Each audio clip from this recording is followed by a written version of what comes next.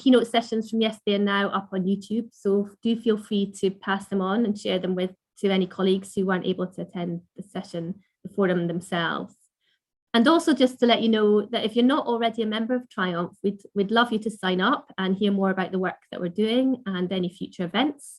So all the information that you need to do that is available on our website, www.triumph.sphsu.gla.act.uk, and that should be coming up in chat for you, so you can click on the link. And you can also find out about the work of all the 8 UKRI funded mental health research networks at www.mentalhealthresearchmatters.org.uk. So if someone from the Triumph team can put that up in the chat as well, that'd be great. So do have a look there, because it's a really real resource, and you'll have the links to all the other mental health research networks there too. Okay, but we're going to start off today with our third and final keynote presentation from Professor Kay Tisdall. Kay is Professor of Childhood Policy at the University of Edinburgh and is part of the Childhood and Youth Studies Research Group at Murray House School of Education and Sport.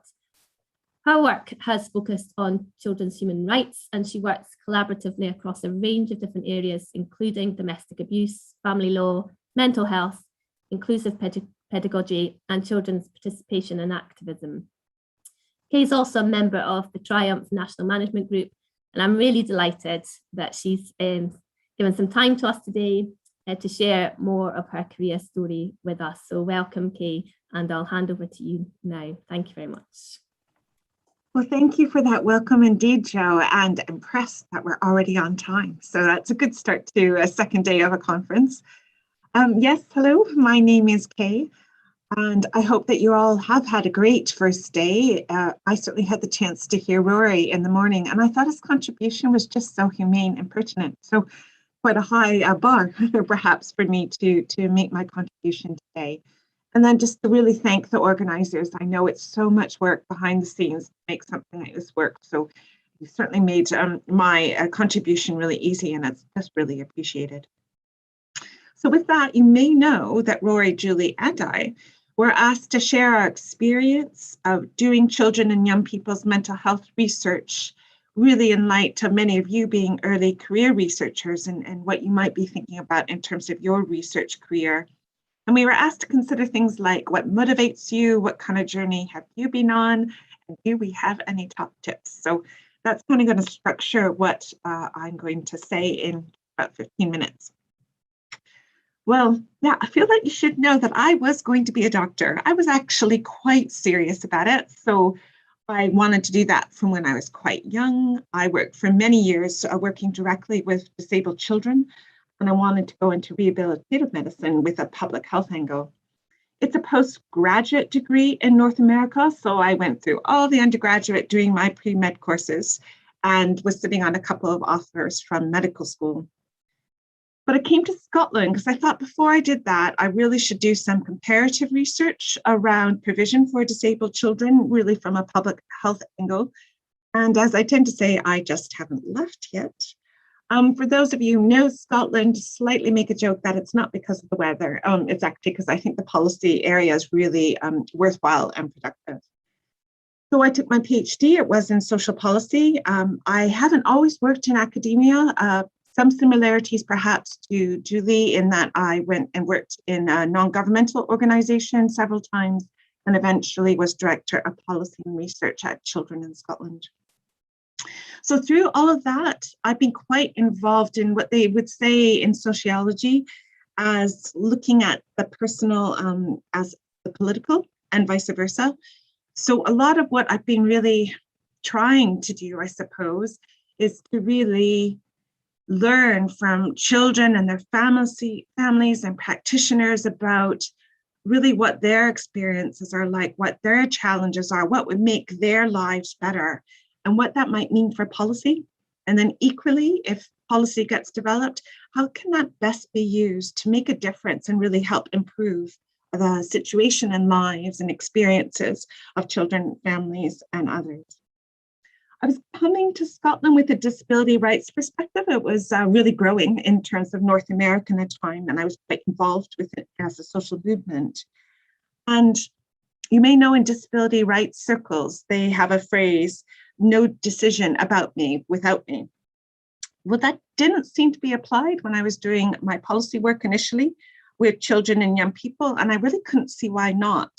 I couldn't see why children and young people were not at the table, so to speak, when decisions were being made about them, whether this was at a policy level or indeed individual decisions about them. So that really galvanized an interest in what I now would call children's human rights, and particularly in children and young people's participation. I don't think it's the only human right that's important to children and young people, but I do think it's one that adults find particularly difficult. So I've been fortunate to learn from many children and young people and others over the years in children and young people's participation, amongst other things. And that has drawn me to different policy areas, including children and young people's mental health, in part circling back to that over the time, because it is such a critical issue for children and young people, and clearly one that we still need to do a lot of improvement in that regard. So I'm coming basically from the social sciences. So my undergraduate degree at Harvard was in something called social studies, government history and economics, and I did a lot of philosophy and a whole lot of pre-medical courses. And then I went back about 15 years ago, and I look at it as getting credentialized. And I now have a regular academic job, how I tend to describe it. So I do teaching, research, and sadly sometimes admin. And although I've had this experience of working in an NGO, and in fact, for a while, I had a joint post between the university and the NGO until both grew too big, and I felt it had to be one or the other. So if that gives you some sense of where I'm coming from, I thought, you know, what things have I learned over the time that might be useful to share for you? And I guess I'm thinking that some people may have a similar kind of social science kind of perspective, and others of you might be more in the pure sciences. So perhaps it's as interesting about what might be different and what that would mean, as well as what might be similar. So at least in the fields that I work with, in the early career, often you're a bit of a lone researcher doing your master's or your PhD. Most often it's your own project. You really need to see it through. And I'm very conscious in terms of advising people who are starting out their career that there can be an emphasis, say when you're going for jobs, about what you've done as an individual researcher. So, you know, are you first authored on the articles, or indeed have just written an article by yourself, or have you applied for that research grant and got that? So I do think, at least again in my field, it's good to be wise to that.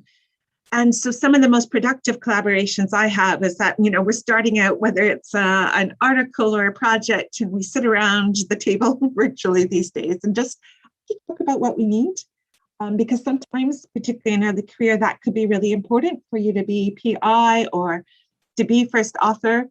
For me, actually, what really useful at this stage is to have somebody else on the research team that just can really help in terms of capacity, in terms of where I am. So different people need different things. And I think just having a really open discussion of that, and that often we've been really able to address actually everybody's needs in that way.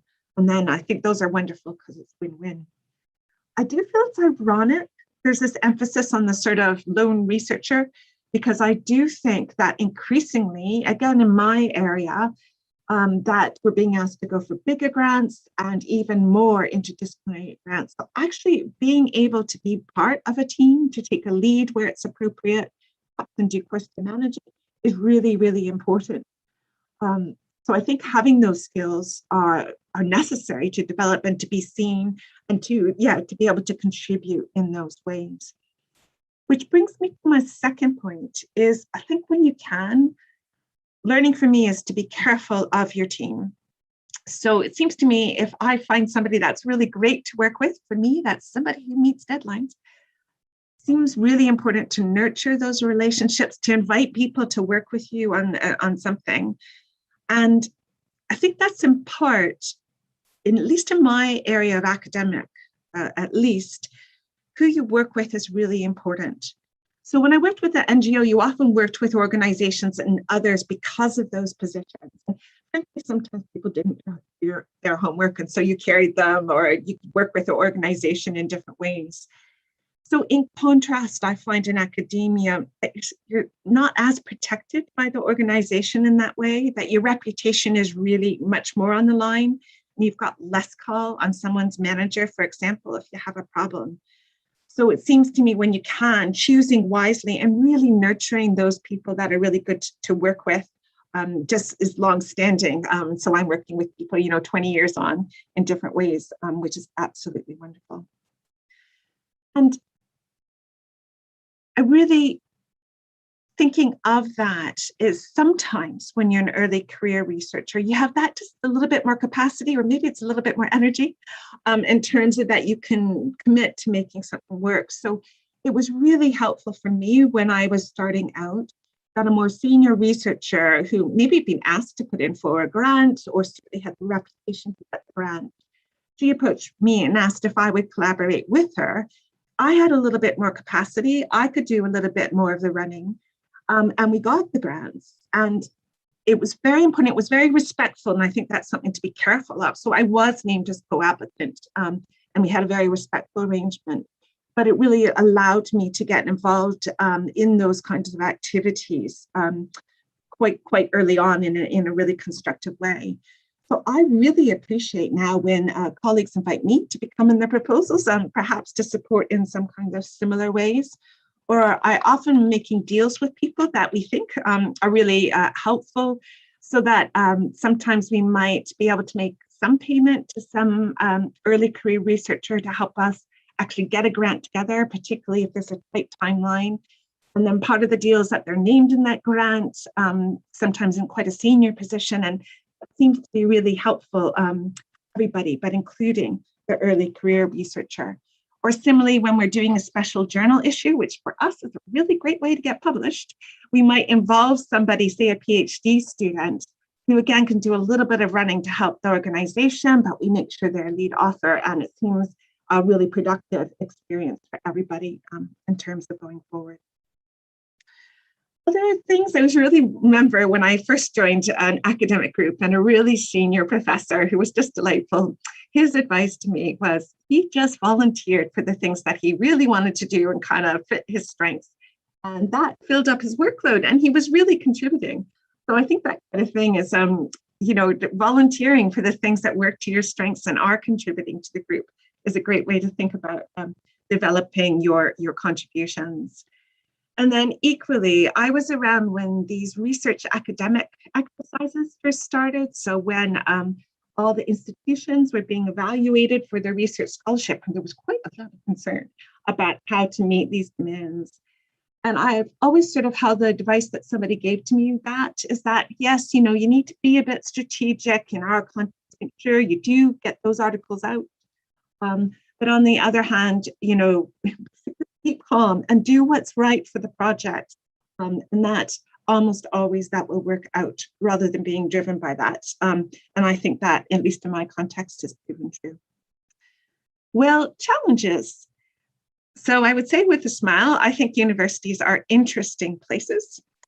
And I think it's useful perhaps to reflect, and Julie, in terms of her biography, is sort of an example of that, is universities aren't the only place to do research. So when I worked in the NGO world, actually sometimes it was really hard to recruit researchers. Policy jobs, you'd get hundreds of applications, but actually with research you would get less, often great people, of course, but less. And but often some of those jobs are very good and much more long-term than you would have in a university sector, at least in my areas, or similarly in government. Sometimes they have difficulty in recruitment. So I think just realizing at least that there are other opportunities. And for me, actually, because I'm interested in policy, having worked in different sectors is actually really useful. And again, also maybe particularly in terms of my areas, there are some real advantages of working in different kinds of organizations. So for me, being very much committed to children and young people's participation, it drives me slightly crazy that our university health and safety policy, at least the last time I looked, still put children and young people in the same category as pets, in terms of their access to the university estate. So NGOs that I work with have much more flexibility often and creativity and able to do some of these things, which can be really worthwhile. So thought I'd end on a positive note. I feel I have been really fortunate to date to be able to combine different things in ways that I really hope make a difference, which is ultimately what motivates me. So that, I have found the teaching immensely valuable, and it's actually just so inspiring now that I've been at it for a little while. What students have gone on to do, including in terms of children's human rights, is just really incredible and so motivating for me. The research seems really important. Again, for me, it's a lot of that, really thinking about the personal to the political and vice versa, and what really sort of moves that on so that we're not always doing the same things that don't really work. And then being able to keep some engagement in terms of the policy is something that I really enjoy. So certainly one advantage of the kinds of careers that we may have is that kind of flexibility to try to put things together in a way that really motivates you and hopefully makes a difference in the field. So Jo, I will end there. Fantastic. Thanks so much, Kay. Really fascinating to hear about your journey and some brilliant insights there for people who are just starting off. We've had a few questions coming in. So I'm going to ask you one from Moise, first of all, who says, I really like the phrase you used earlier, giving young people a seat at the table. In any of your work or research about young people, have you explored having a young person on the research team itself? And if so, what was that experience like? Absolutely, Moise. I'm so glad that you raised that. And indeed, you may have experience or others in the group to share. And we have the Triumph Youth Advisory Group too, that is a part of, it's part of today too, Jo? I know they had a session yesterday. Yep. So lots of things to go draw on. So I'll try to keep it short because it's such a passion of mine. But yes, in different kinds of ways. And I think that's certainly in terms of, thank heavens, where it's much more possible than it was 20 years to put that into a grant, or even now there are some grants that are coming out that actually require it when it's appropriate to the topic. And so it's such a change. So I would say incredibly constructive, but that there are some really important issues that we still need to grapple with. So just for example, we just had a webinar last week where we were talking about the children and young people being online. So of course, if actually young people are researchers, right, they should be recognized as researchers, but yet our academic ethics often are very hesitant for children's anonymity in any way to not be promised. So I think there are real tensions we need to work out in terms of young people being part of the research team. But I think it doesn't need to be for all projects. I think it's really something we need to do a lot more of. But Jo, do you want to come in? Because this is also something you're involved in. Yeah, so obviously our experiences with the Youth Advisory Group in Triumph, where we've got 16 young people from across the UK who've been working with us right from the start to really guide the strategic direction of the Triumph network, and they've been fantastic to work with. All of them have contributed, and it's been amazing. And now we're at the stage where they've got their own research budget and are taking forward a piece of research that they've identified as being a priority. And they'll do that with support from the research team. So we're just at early days with that. But Isla, one of our YAG members, will be on the panel later. So perhaps she might like to talk about a bit more about her experience. And Christina, who leads that aspect of the work within Triumph, will be on the panel as well. So do come back then and hear a bit more about it. But we've also, with our seed funded projects, so we've given through Triumph some money to 4 projects who are working in around mental health. In fact, Moise, who asked the question, is part of one of those teams. Okay. And there's some really excellent examples of young people being part of the research team right from the beginning in terms of study design and right through to the end in terms of dissemination and now co-writing, publications that are coming out. So I think that's can be a real learning experience, but we're hoping to share the learning that's come out of Triumph on all those areas and from the wider projects that you're involved in and others in the network too, Kay. So thank you for for all you've said to that. Yeah, it's a really exciting area, I think, which we're just, as you say, getting our heads around a little bit more now. There's more questions coming in. So let me ask you this one from M, who says, thanks so much for your talk. I'm finding a lot I get called upon as an ECR for my quantitative skills. While this is fine, I feel my publications are getting broader, child wellbeing, vaccination, and now vulnerable children. Does this matter? I'm trying to build a body of work in a certain area and sticking my first authors in this area often. Is it okay to have a key area while being broad too? So I guess it's that tension, isn't it, between, especially at an early stage of your career, how much you specialize. At what stage do you specialize and kind of reduce your expertise, become known for one thing rather than keeping your options open and more broad at this stage? Have you got any advice on that? I think that's really interesting. So I'll look forward to other people's views. And I think there really may be some differences in terms of discipline. So where I'm first going in my mind is if you feel sort of clear that maybe you want a certain type of academic job, like particularly in terms of, more the lecturing kind of route, or a sort of particular disciplinary area, to obviously speak to the people who are a bit more senior in that area and see what they would say. But I guess where I'm going is I have sat on interview panels, for example, where there is a real interest about somebody coming with enough of that core discipline. And I've seen those kind of discussions. So I would think it would be wise to make sure, if you are in that kind of trajectory, to have a sort of core where people can clearly say, okay, so say in my field, okay, I can see all those major journal articles in terms of law. So I'll be acceptable, desirable to the law. And then I would think in terms of the wider stuff, which can be so important to be able to influence different audiences, different disciplines, could be a value added. Do you know what I mean? So that you have your core if that's appropriate, but that you may also have these other kinds of pieces. Certainly in terms of, if it's important, like sort of the most well-read articles I have are kind of conceptual review kind of articles, rather than ones that are more directly reporting on empirical research. That's not completely true, but certainly the ones that are like really, really high are the kind of more conceptual ones. And that might be in some of those broader areas that you're referring to.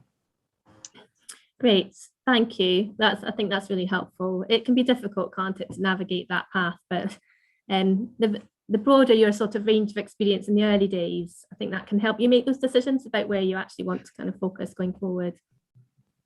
There's another question here, Kay, from Dawn. Thank you for your inspirational talk. You mentioned disabled children. Do you think their mental health and wellbeing is prioritized? Thank you. And I believe I've met Dawn through other things. So good to meet you virtually, if slightly weirdly, in fact. Well, I think the short answer is no. I mean, you'll probably be absolutely up to date in terms of the literature, but I think, we know generally for children and young people, mental health and access to services or recognition is problematic. And I think that is even more so for groups such as disabled children. So yes, I think it's a huge area that still needs a lot more consideration. And I think, is it not always a kind of dilemma for us in terms of the research? But if you're in Scotland, particularly now, we are going for a UN Convention on the Rights of the Child incorporation.